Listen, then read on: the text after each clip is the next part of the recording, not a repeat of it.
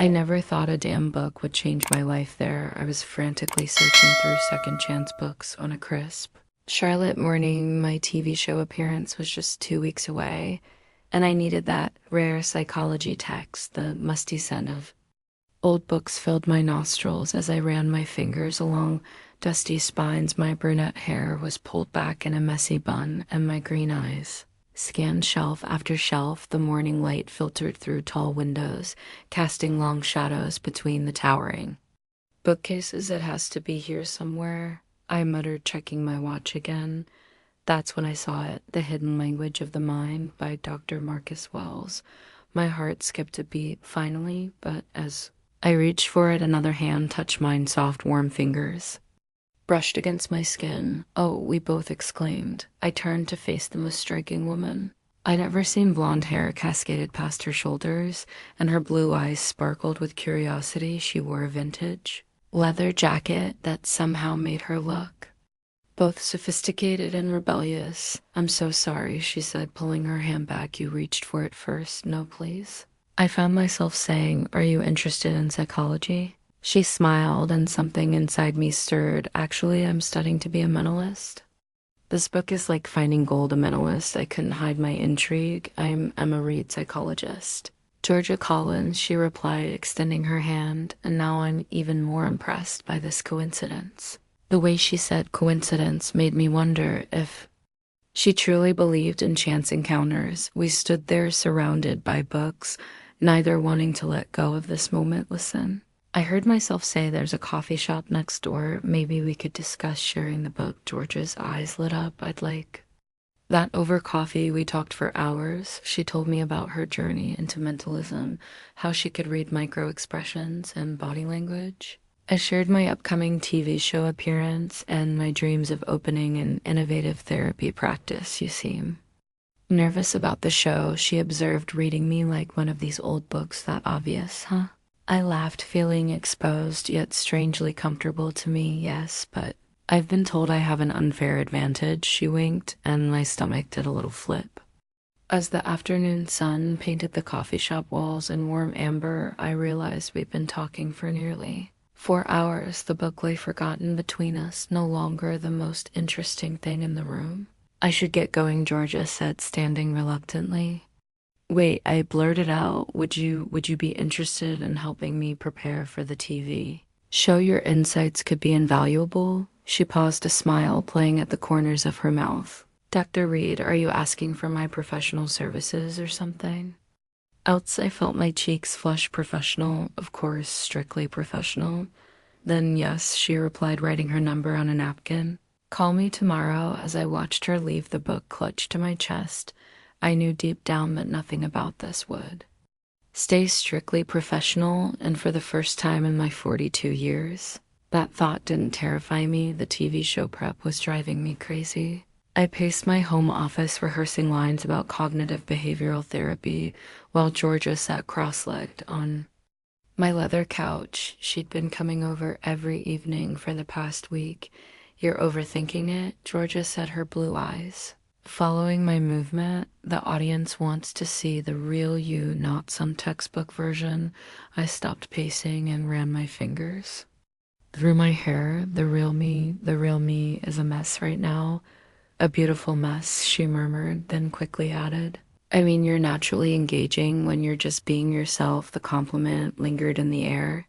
Between us, I'd noticed how Georgia had been staying later each night, how our conversations drifted from professional topics to personal ones, how I'd started looking forward to these sessions more than I should let them. "Try something different," she suggested, patting the space beside her. "Sit here." I hesitated before settling next to her, aware of how the couch's dip brought us closer together. The scent of her perfume, something light and citrusy, made it hard to concentrate. "Close your eyes," Georgia and instructed. Her voice had taken on that confident tone she used when demonstrating her mentalist techniques. "Now imagine your audience is just one person, someone who makes you feel completely at ease." My mind immediately conjured her face, and I felt my cheeks warm. "Your breathing just changed," she observed. "You're thinking of someone specific, aren't you?" "That's not fair." I laughed. I still closed using your mentalist powers on me. It's not powers. Emma, it's observation, like how I've observed the way you play with your necklace when you're nervous, or how your voice gets softer when you talk about your passion for helping people. I opened my eyes to find her watching me intently. The evening light from my office window cast a golden glow across her face, making her blonde hair shine like honey. What else have you observed? I asked, my voice barely a whisper. She leaned slightly closer. I've noticed how you started wearing that green blouse more often, the one that matches your eyes, how you laugh more freely now than when we first met, how you my phone's alarm shattered the moment time for my evening client calls. Georgia cleared her throat and stood up quickly same time. Tomorrow, yes, I managed trying to steady my racing heart tomorrow after she left. I sat in my quiet office thinking about the TV show. I'd been so focused on funding my private practice, but now something else was taking up space in my mind.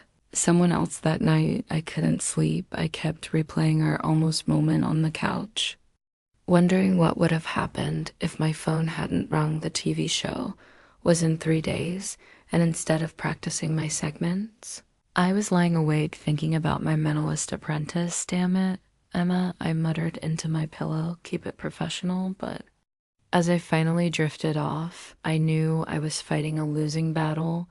The lines between professional and personal were blurring, and for the first time in my career, I wasn't sure I wanted to redraw them. The next morning, I got a text from Georgia. Found some great relaxation techniques for your TV appearance dinner at my place tonight instead. I stared at my phone, my finger hovering over the reply button. This was definitely crossing the line. I should say no. I should keep our meetings in my office. I should love to. I typed back, what time profession boundaries be damned. Georgia's apartment was exactly like her artistic chaos, with hidden order. Vintage psychology posters decorated exposed brick walls, and crystals caught the light from dozens of candles. The scent of jasmine and something cooking filled the air. I hope you like the food, she called from the kitchen. I'm attempting pad. Thai attempting, I laughed, wandering over to her bookshelf. A mentalist who can't read a recipe, I can read people not cooking instructions, she shot back, appearing beside me with 2 glasses of wine. I noticed she'd changed into a soft blue sweater that made her eyes look even more striking. Taking the wine, I tried to focus on the books instead of how close she was standing, letting work on your natural intuition tonight, Georgia suggested, leading me to her living room floor where she'd arranged cushions sit across from me. The candlelight cast dancing shadows across her face as we settled down. My heart was already racing, and we hadn't even started. Give me your hands, she instructed when I hesitated. She smiled. Trust me, Dr. Reed. Her touch was electric. She held my hands, palm up, her fingers tracing light patterns that made it hard to breathe. Close your eyes, she whispered. Feel the energy between us. What do you sense? What did I sense? Everything. The warmth of her hands, the slight tremor in her touch, the way the air seemed charged between us. I started, then opened my eyes to find her face inches from mine. I sense this isn't about the TV show anymore. George's breath caught very perceptive. Doctor, you're learning. The moment stretched between us like honey, sweet and slow. Her eyes dropped to my lips, and I felt myself leaning forward. The space between use disappeared inch by inch until I could feel her breath on my face. Then the smoke alarm screamed. Damn it, Georg jumped up the pad thai. I sat there, heart pounding, as she rushed to rescue dinner. The moment shattered like glass, leaving me with shaking hands and unsteady breath. We ended up ordering pizza, sitting on her floor, surrounded by psychology books and half-bared noodles. Georgia demonstrated her mentalist techniques, reading my micro-expressions with uncanny accuracy. You're holding something back, she said, studying my face. Something you're afraid to say? I took a long sip of wine. Maybe some thoughts should stay unspoken. Fear is the enemy of truth, Emma. She moved closer, her knee brushing mine, and I can see the truth in every little gesture you make. Stop reading me, I whispered, but there was no force behind it. I can't help it, her hand found mine again, just like you can't help analyzing people. It's who we are, the TV. Show them tomorrow, but all I could think about was the way her finger intertwined with mine, how her presence made everything else fade away as she go. I said, finally standing on shaky legs, big day. Tomorrow, Georgia walked me to the door, our shoulders brushing. You're going to be amazing, she said. Softly, just be yourself. I turned to thank her, but the words died in my throat. She was looking at me with such intensity that I forgot how to breathe. We stood there suspended in another almost moment until I forced myself to step back goodnight. Georgia walking to my car, I could still feel the ghost of her touch on my skin. Tomorrow was supposed to be about launching my career, about securing funding for my practice. Instead, all I could think about was the way candlelight danced in Georg's eyes and how close we'd come to. Crossing that line, I touched my lips, remembering how near hers had been focused Emma. I muttered to myself, tomorrow is too important for distractions, but as I drove home through the quiet Charlotte streets, I knew I was already distracted beyond saving. The studio lights were hot, and my palms were sweating. I sat across from the host, Sarah Matthews, trying to remember all of Georgia's coaching. The red recording light blinked mockingly, so Darreed Sarah leaned forward with her practiced smile. Tell us about your innovative approach to therapy. I took a deep breath, channeling Georgia's advice about being natural. Well, Sarah, I believe therapy should evolve with our understanding of human connection. The interview was going smoothly, too smoothly. Then came the curveball. Your practice sounds fascinating, Sarah said. Is there someone special in your life who inspires this deep understanding of human connection? My mind flashed to Georgia, her blue eyes and candle light, her fingers tracing patterns on my palms, her almost kiss before I could stop myself. I smiled, actually. I heard myself say, there is someone. Sarah's eyes lit up with professional hunger. Oh, do tell us more. I froze, realizing what I just said. She, the pronoun hung in the air like a thunderclap. Sarah's perfectly manicured eyebrows shot up. The studio went deadly quiet. I could hear my heart pounding in my ears. Sarah repeated softly, giving me a chance to backtrack, but George's voice echoed in my head. The audience wants to see the real you. Well, they were about to get real, yes, I said firmly. She's brilliant, intuitive, and she's taught me more about human connection than years of academic study. The words tumbled out before I could stop them. I wasn't just coming out on live television.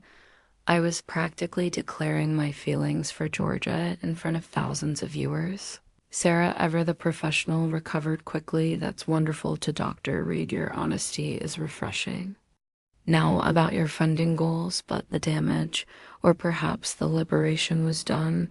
My phone started vibrating in my pocket, probably exploding with messages. I thought about Georgia watching this at home and felt my face flush after the show I hid.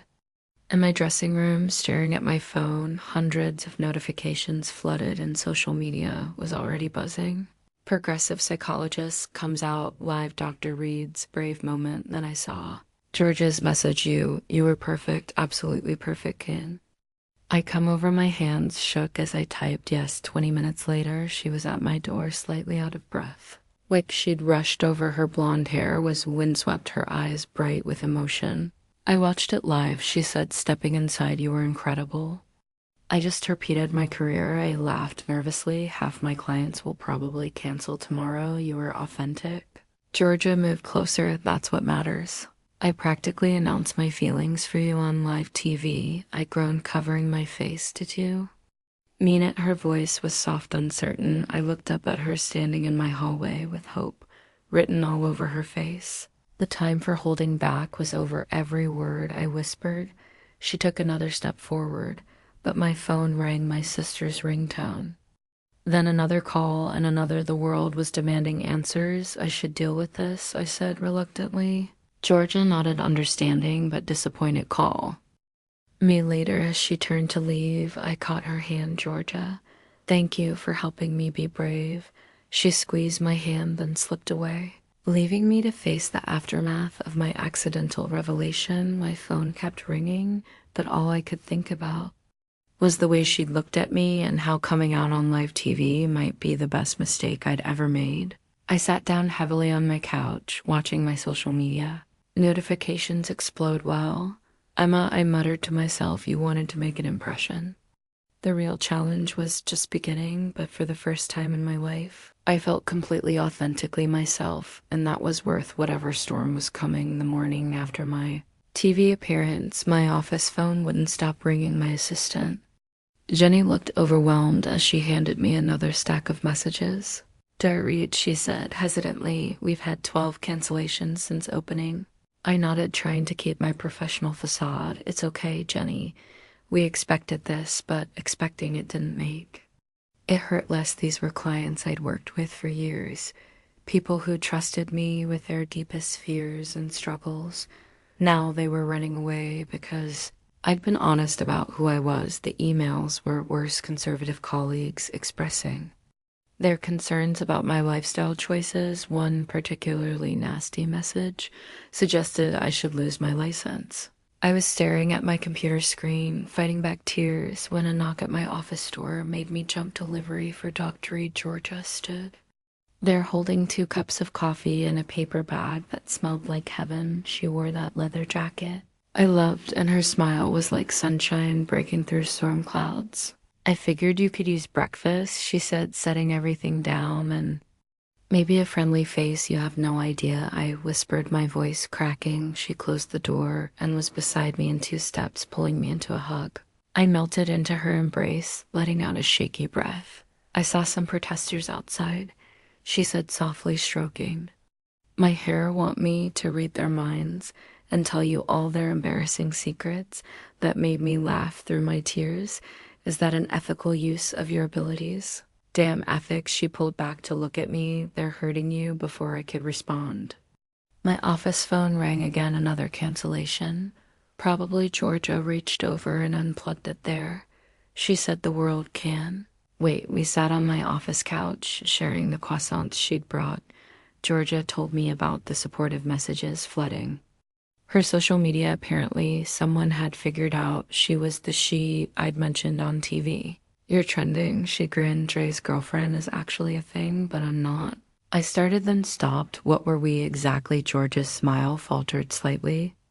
"No, you're not yet." The air between us crackled with possibility. She was so close, her knee touching mine, her fingers playing with the coffee cup sleeve. I found myself leaning toward her, drawn by some invisible force. Then we heard the shouting. "Sinners repent." The protesters outside had gotten louder. Georgia jumped up and went to the window, her face darkening. "There's more of them now," she said, "and they've got signs." I joined her at the window. About 20 people were gathered outside my office building, holding crude placards condemning me. As we watched, someone threw something at the building. "That's it." Georgia turned to me, her blue eyes fierce. "We're leaving. I can't just—" "Yes, you can. Jenny can reschedule your appointments. You need a break." She was right. I let her lead me to the back, exit, her hand warm and steady in mine, as we snuck out through the alley.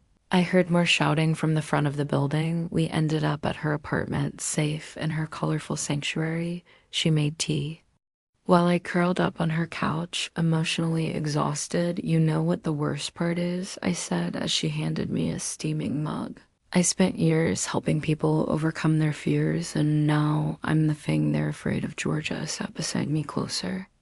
"The necessary. Their fear is their problem, not yours, is it? Because right now it feels very much like my problem." She took my tea, set it down, and turned to face me fully. "Emma, look at me." I did. In her eyes, I saw nothing but acceptance and something deeper, something that made my heart race. "You are not the problem," she said firmly. "You are brave and brilliant and beautiful." The moment stretched between us like a thread of gold. This time there was no smoke alarm, no phone calls, no protesters to interrupt us, just Georgia looking at me like I was the answer to every question she'd ever had. But I pulled back the day, events weighing heavily on my mind. I should go home, face this properly tomorrow. Georgia nodded, understanding but disappointed, as she walked me to her door. We both knew something had shifted. The world might be against us, but we were no longer fighting it alone. Call me. If you need anything, she said day or night. I touched her cheek, briefly allowing myself that small contact.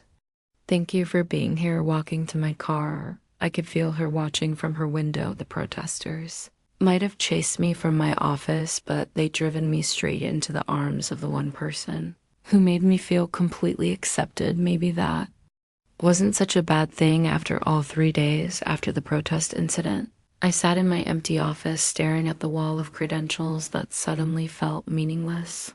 Georgia's voice on the phone pulled me from my spiral.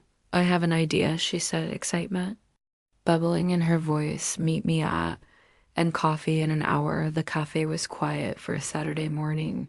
Georgia already had a table in the corner, surrounded by papers and looking like she'd solved all the world's problems. Okay, hear me out, she said as soon as I sat down. What if we combine our skills? I raised an eyebrow, distracted by how the sunlight caught her blonde hair. What do you mean, your psychological expertise? My mentalist techniques. Think about it. We could offer something unique. Help people in a whole new way. She spread out her notes, and I leaned closer to read them. Her shoulder brushed mine, sending electricity through my body. See, she pointed to a diagram. Your traditional therapy methods enhanced by my ability to read nonverbal cues. We could help clients understand themselves on a deeper level. The more she explained, the more excited I became. This wasn't just a solution to my current crisis. It was brilliant, Georgia. This is as I looked up to find her face inches from mine. Amazing. She finished, her blue eyes sparkling, revolutionary. Brilliant. You're brilliant, I whispered. The cafe faded away. There was just Georgia. Her lips slightly parted, her breath mingling with mine. No more interruptions, no more excuses. I kissed her. She tasted like coffee impossibility. Her hand came up to cut my face, and I felt years of hesitation melt away when we finally pulled apart. The world had changed. Well, she said softly, that's one way to seal a business partnership. Laughed, resting my forehead against hers. Is that what we're calling it? We can call it whatever you want. She smiled, her thumb tracing my cheekbone. But first, let's talk about our new venture. We spent hours planning our chairs, moving closer together. As the day progressed, our ideas flowed seamlessly, a perfect blend of science and intuition, just like us. We could call it mind amp heart therapy. Georgia suggested, her hand now comfortably resting on my knee. Isn't that a bit on the nose? I teased. But I was already imagining the sign. Sometimes the obvious answer is the right one, she said, giving me a meaningful look. As evening approached, we gathered our papers and stepped into the cool Charlotte air. Georgia took my hand as we walked to my car, and I marveled at how natural it felt. Come back to my place, she asked. We can work on the business plan more. We both knew work wasn't the primary motivation, but I nodded anyway. In her apartment, our papers ended up forgotten on the coffee table. We sat on her couch, trading soft kisses and softer words until the city lights twinkled outside her windows. I've wanted this for so long, Georgia confessed, running her fingers through my hair. Since the bookstore, I asked. Since the moment you reached for that damn psychology book, I kissed her. Again, deeper this time, trying to make up for lost time. Her hand slipped under my blouse, and I gasped at the contact. Is this okay? She whispered against my lips. More than okay, I breathed, later lying in her bed with the sheets tangled around us. I traced patterns on her bare shoulder. What if this affects our business plan? Georgia propped herself up on an elbow, looking down at me with those piercing eyes. Emma Reed, are you analyzing our relationship already, professional? Hazard. I smiled. Sheepishly, she kissed me softly. Some things are beyond analysis, doctor, as I drifted off in her arms. I realized she was right. My career might have been in shambles, but here with Georgia, everything made perfect sense. My phone buzzed with another canceled appointment notification, but for the first time, I didn't care. Tomorrow, we'd start building something new together, something honest and real. Stop thinking, Georgia murmured, sleepily pulling me closer. I smiled into her neck. Yes, dear, the world could wait right now. All that mattered was this moment, this woman, and the beautiful future we were creating together. News travels fast in professional circles. We barely started planning our joint venture when Dr. Victoria Hayes, my longtime rival, requested a meeting. I won't be long, she said, settling into my office chair like it was a throne. Her perfectly styled gray hair and sharp suit screamed authority. I stood by the window, arms crossed. What can I do for you, Victoria? It's about your situation. Her lips curled. And your new partnership with that mentalist. My stomach tightened. Georgia was in the next room, setting up for our first trial session. Her name is Georgia, I said firmly, and she's highly qualified. Victoria's laugh was cold, qualified, and parlor tricks, perhaps. But this, she waved a folder. This is interesting. She pulled out several photos, Georgia and me at Crimson Coffee, kissing us, holding hands outside my office, entering her apartment together. What exactly? Are you implying? My voice was steady, but my hands shook the board. Might question your judgment mixing business with pleasure, especially given your recent revelation. Before I could respond, Georgia appeared in the doorway. She took in the scene. With those perceptive blue eyes of hers, Dr. Hayes, Georgia said smoothly, your left hand keeps twitching, a sign of anxiety. What are you afraid of? Victoria stiffened. Excuse me. Georgia moved closer, her presence filling the room. Your forced smile, the way you're gripping those photos too tightly, classic signs of someone projecting their own insecurities. How dare you? And that perfume, Georgia continued. Chanel. No. The same one your former partner wore, right? The one who left you for a younger woman. Last year, Victoria went pale. How did you? I did my research when you scheduled this meeting, just like you did yours. Georgia's voice was still wrapped in silk. Shall we discuss your own office relationships? The photos dropped to the floor. Victoria stood smoothing her suit with trembling hands. This isn't over, she warned, but her voice lacked conviction. Actually, it is. I found my voice. Goodbye, Victoria. After she left, I collapsed into my chair that was hot. Georgia grinned, perching on my desk. I know, I've been practicing that routine all morning. I pulled her down for a kiss, relief and desire mixing together. She tasted like mint and victory. You're incredible, I murmured against her lips. I know, she smirked, then more seriously, you okay? I nodded, running my fingers through her soft blonde hair. Better than okay, but we should be more careful in public. Emma Reed. She straddled my lap, making my breath catch. Are you ashamed of me? Never, I gasped as she kissed my neck. Just professional considerations. Very professional, she agreed, unbuttoning my blouse. We should definitely consider this professionally later, lying on the office couch with your head on my chest. I stared at the ceiling. We really should be more professional, she laughed. Tracing patterns on my stomach, says the woman who just did very unprofessional things on her office couch. I'm serious, but I was smiling. We need boundaries. Boundaries are overrated. She propped herself up to look at me. But if you insist, Dr. Reed. Our first client was due in an hour. We straightened up the office, erasing evidence of our afternoon activities, but every time. Georgia caught my eye. I felt that spark of desire focus. She teased, straightening my collar. You're the professional one, remember? I caught her hand, pressing a kiss to her palm. You make it very difficult. Good, she whispered, then stepped back as our client's arrival was announced, watching Georgia work with our first patient was a revelation. Her intuition complemented my training perfectly together. We were more effective than I'd ever been alone that evening, celebrating our successful first session. Georgia raised her wine glass to breaking boundaries. I clinked my glass against hers. To new beginnings and to office couches, she added with a wink. I blushed, but didn't disagree. Victoria's threat seemed distant now, insignificant compared to what we were building together. Move in with me, Georgia said suddenly. I nearly choked on my wine. What, move in with me? She repeated, her blue eyes serious. We practically live together anyway, and I want to wake up with you every morning, looking at her in the soft evening light. I couldn't think of a single reason to say no. Yes, I whispered, pulling her close. Yes.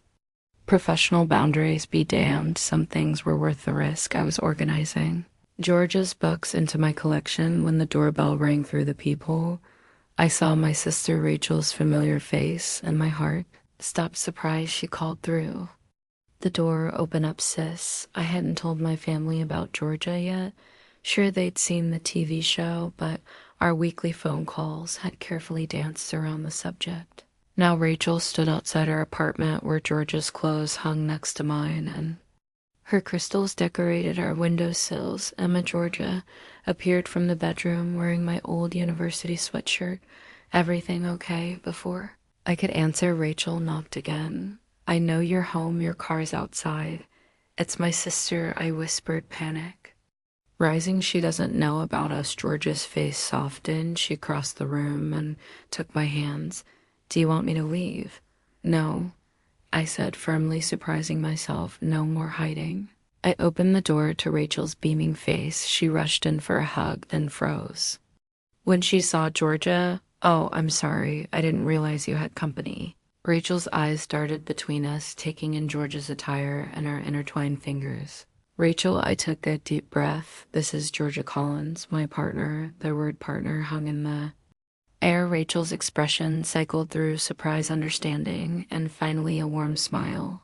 The mentalist from TV, she asked, eyes twinkling, the one you couldn't stop talking about. I blushed furiously. I didn't. Oh, you did. Rachel laughed. Every phone call. Georgia, this Georgia, that Georgia squeezed my hand, grinning. Really, do tell me more. And just like that, the tension broke. Rachel stayed for dinner, watching with obvious delight as Georgia and I moved around the kitchen together, finishing each other's sentences and stealing quick kisses, you know, Rachel said over dessert. I haven't seen Emma this happy since, well, ever. She makes it easy. Georgia replied, her hand resting on my knee under the table. Mom and Dad will love you, Rachel declared, especially when you do your mind reading thing. I choked on my wine. Mom and Dad, they're not blind, Emma. That TV show Mom called me right after saying she always knew what? I asked, still processing that you needed someone special to crack that professional shell of yours. Rachel winked at Georgia. Looks like she did more than crack it later after Rachel left with promises to wheeze it again soon. I collapsed onto our couch. Georgia curled up beside me, her head on my shoulder. That went well, she murmured. Better than well, I agreed, playing with her hair. I can't believe they knew. I could have told you that your mom's Facebook comments on your practice page are very supportive. Lots of rainbow emojis. I sat up straight. What moms on Facebook? Georgia laughed, pulling me back down. Welcome to the modern world, Dr. Reed. Why didn't you tell me? Because watching you figure things out is adorable. She kissed my neck like now, when you're trying to decide whether to check Facebook or kiss me. I'm not, but I was the answer is kiss me, by the way, she whispered against my skin. I did, deeply gratefully, until Facebook and family and everything else faded away when we finally came up for air. Georgia's eyes were dark with desire. Bed, she said, suggested bed. I agreed as we lay together later, wrapped in sheets in each other. I thought about Rachel's words. I really was happier than I'd ever been. I can hear you thinking, Georgia murmured sleepily, just thinking about family. I said, tracing patterns on her bare shoulder. They're going to love me, she said confidently. I already know all their secrets. From Facebook, I laughed, pulling her closer. That's cheating. No, that's research. She propped herself up on an elbow. Speaking of which, your mom just liked our couple photo from last week, Georgia. What, I'm just keeping you informed. She kissed me softly. Now stop worrying and go to sleep. As I drifted off, I realized that for the first time in my life, everything felt right. My family knew, they accepted us, and Georgia was here in our bed, in our home. Sometimes the best therapy was simply letting yourself be happy. The email from the American Journal of Psychology sat unopened in my inbox for hours. Georgia found me staring at it during our lunch break. Still haven't opened it. She perched on my desk, stealing a grape from my lunch. What if they're just writing to tell me I'm a disgrace to the profession? She rolled her eyes. Our client success rate is nearly double the national average. Open it with trembling fingers. I clicked the words blurred, then came into focus, dear, till we are intrigued. By your innovative combination of traditional psychology and mentalism techniques, we would like to feature your practice in our next issue. Georgia, I grabbed her hand. They want to feature us. She pulled me up into a kiss that tasted like stolen. Grapes and triumph, of course they do. We're brilliant. The journal wanted to send a reporter to observe our methods. It was validation. I hadn't realized I desperately needed this cause for celebration, Georgia declared, her blue eyes sparkling with mischief. We have clients this afternoon, I reminded her, but my heart wasn't in the protest. Cancel them. She was already reaching for the phone. Jenny, Dr. Reed, and I have an emergency research meeting. Please reschedule today's appointments. I should have objected, but Georgia was already pulling me toward the door. We ended up at our favorite spot by the lake. A bottle of champagne between us to us. Georgia raised her plastic cup, the most controver. Ideal thing to happen to psychology since Freud. I laughed, the bubbles going to my head. I don't think Freud had to deal with Facebook trolls, no, but I bet he wished he had my skills. She wiggled her eyebrows, speaking of which she closed her eyes, pressing her fingers to her temples in an exaggerated gesture. I'm getting a vision of you wanting to kiss me right now. That's not mentalism. I snorted. That's just you being presumptuous. Am I wrong? I answered by pulling her close, tasting champagne on her lips. The late afternoon sun turned her hair to gold, and I felt dizzy with happiness. The journal article will change everything, she murmured against my mouth. Everything's already changed. I replied, running my fingers through her hair. We made love slowly in the fading light hidden from the world by tall grass, and desire Georg's skin glowed in the sunset, and I traced every inch of her with reverent hands. I love you. I whispered the words, slipping out naturally. She stilled above me, her eyes wide. Say that again, I love you, Georgia Collins. Her smile was brighter than the setting sun. I love you too. Dr. Reed later sprawled on our picnic blanket under the stars. Georgia traced patterns on my bare shoulder. The reporter arrives next week. She said thoughtfully, should we tone down the office? Chemistry, I laughed. Can you fare? Point, she propped herself up on an elbow. But seriously, what's our strategy? Our strategy is to be ourselves, I said, pulling her back down. It's worked so far. She snuggled closer, even the part where I can't keep my hands off you, especially that part. We stayed by the lake until the moon was high, talking about the future. The journal article would bring attention. Maybe criticism, but also validation. Remember when you were afraid to hold my hand in public, Georgia? Teased as we packed up. Remember when you pretended to need my help with TV show prep, just to spend time with me? She gasped in mock offense. I did need help. I just also wanted to seduce you. Mission accomplished, I said, kissing her softly back home. We fell into bed, still tasting of champagne and success. Georgia's hands wandered, and I arched into her touch. Research meetings, not over Dr. Reed, she whispered. Is that what we're calling it now? Her laugh turned into a moan as I showed her exactly what I thought of that suggestion. Morning found us tangled in sheets, the journal email forgotten. But as I watched Georgia sleep, her face peaceful in the dawn light, I knew we'd earn this. We'd face down prejudice, professional criticism, and personal fears. Now the most prestigious journal in our field wanted to study our methods. Georgia stirred, blinking sleepily. You're thinking too loud again. I kissed her forehead. Just grateful for the article for you, she smiled, pulling me closer smooth.